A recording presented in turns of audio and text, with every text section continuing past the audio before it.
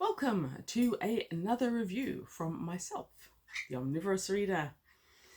The reason I style myself Omnivorous Reader is because I read books from all genres, from all types, from all sorts, all over the place. And today is a more omnivorous review than usual because it's for Birthday Letters by Ted Hughes.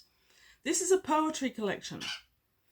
Now, I don't review poetry either on this channel or elsewhere very often. That's because I essentially do not feel that I have the right tools, if you will, to review poetry. I don't really know what I'm doing here. You see a lot of people talking about the tools they have in the toolbox for analysing and so forth. Well, I don't even have the toolbox, let alone the tools. I somehow managed to graduate from high school without taking an English lesson past year 9, maybe? Anyway, that's a whole different story. However, I did always read poetry. Both my parents loved poetry. They had their own favourites, some of which I acquired, like T.S. Eliot. And I was always provided with children's poetry collections as well, some of which I retained. I don't know how to analyse them, but I do read and enjoy them.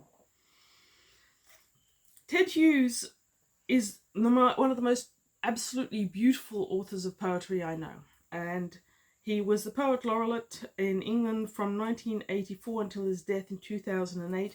This collection was put out later in his career, I think just 10 years before he died. Yes, winner of the 1998 Whitebread Award of the Year. It's collected a couple of other awards as well, I do believe. That's right, T.S. Eliot Prize in the same year, Forward Prize for Poetry. And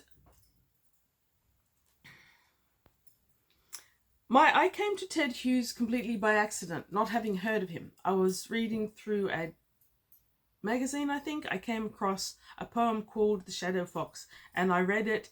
It instantly stuck a spark. Sometimes you read something and it goes straight into the fields of you. Hang on, I have a dinosaur. Come on, you little monster.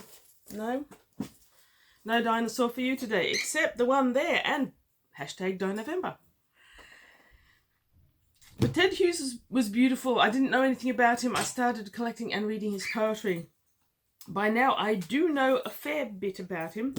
He was referred to by some critics as one of the best poets of this generation.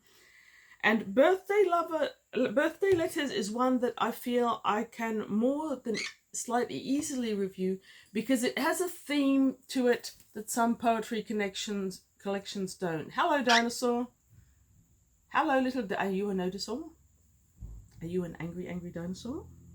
He is quite furious. I was away for a week. How dare I? So Ted Hughes, despite his amazing poetry, one of the things that he's perhaps best known in the public eye is for having been married to Sylvia Plath, who was an American poet and author as well. And their relationship seems to garner more attention than their writing at times. And it was certainly tumultuous, tempestuous, and it ended in a suicide of Sylvia Plath. It wasn't her first attempt at suicide, but the final one that was successful left Ted Hughes as the sole parents of their 2 children, to which this book is dedicated, to Frida and Nicholas. This is not an original edition, and this painting here on the cover is actually painted by his daughter Frida, who is an artist living in West Australia, last I heard. So what the poems in this book do, there's 88 of them, and the very first one is called Fulbright Scholars, and the very last one is called Red. And they essentially span the entire relationship that Hughes and Plath had. So Fulbright Scholars was about Sylvia Plath. She was a Fulbright scholar from America. She came to the UK. She met Ted. They had a whirlwind romance of 4 months before getting married. They lived in England for a while. They went to England, so back to America, so she could teach. They travelled to other places. And these 88 poems kind of bridge the whole of their relationship from before he'd actually met her to after she had killed herself. including trips through Spain and the Grand Canyon, but mostly being Ted Hughes through the emotions and the feelings. He's got a type of symbolism that is unique and beautiful, and if you can, I don't know, bring your brain into the frequency in which he's writing, it will be incredibly meaningful in a way that is hard to explain, because the words that he writes somehow translate into feelings and experiences on your part in a way that isn't necessarily particularly easy to explain. So, one stanza here that I really liked and that I will read, if I can find it, is from the poem Wuthering Heights on page 59. It's not, like many of them, it's not specifically about Sylvia Plath, but it is about things that happened in their life together. So they went on this tour. One gathers from the tiny hints of evidence, they went on a tour to where Emily Bronte had lived. Towards the end, he writes, what would stern dour Emily have made of your frisky glances and your huge hope, your huge mortgage of hope?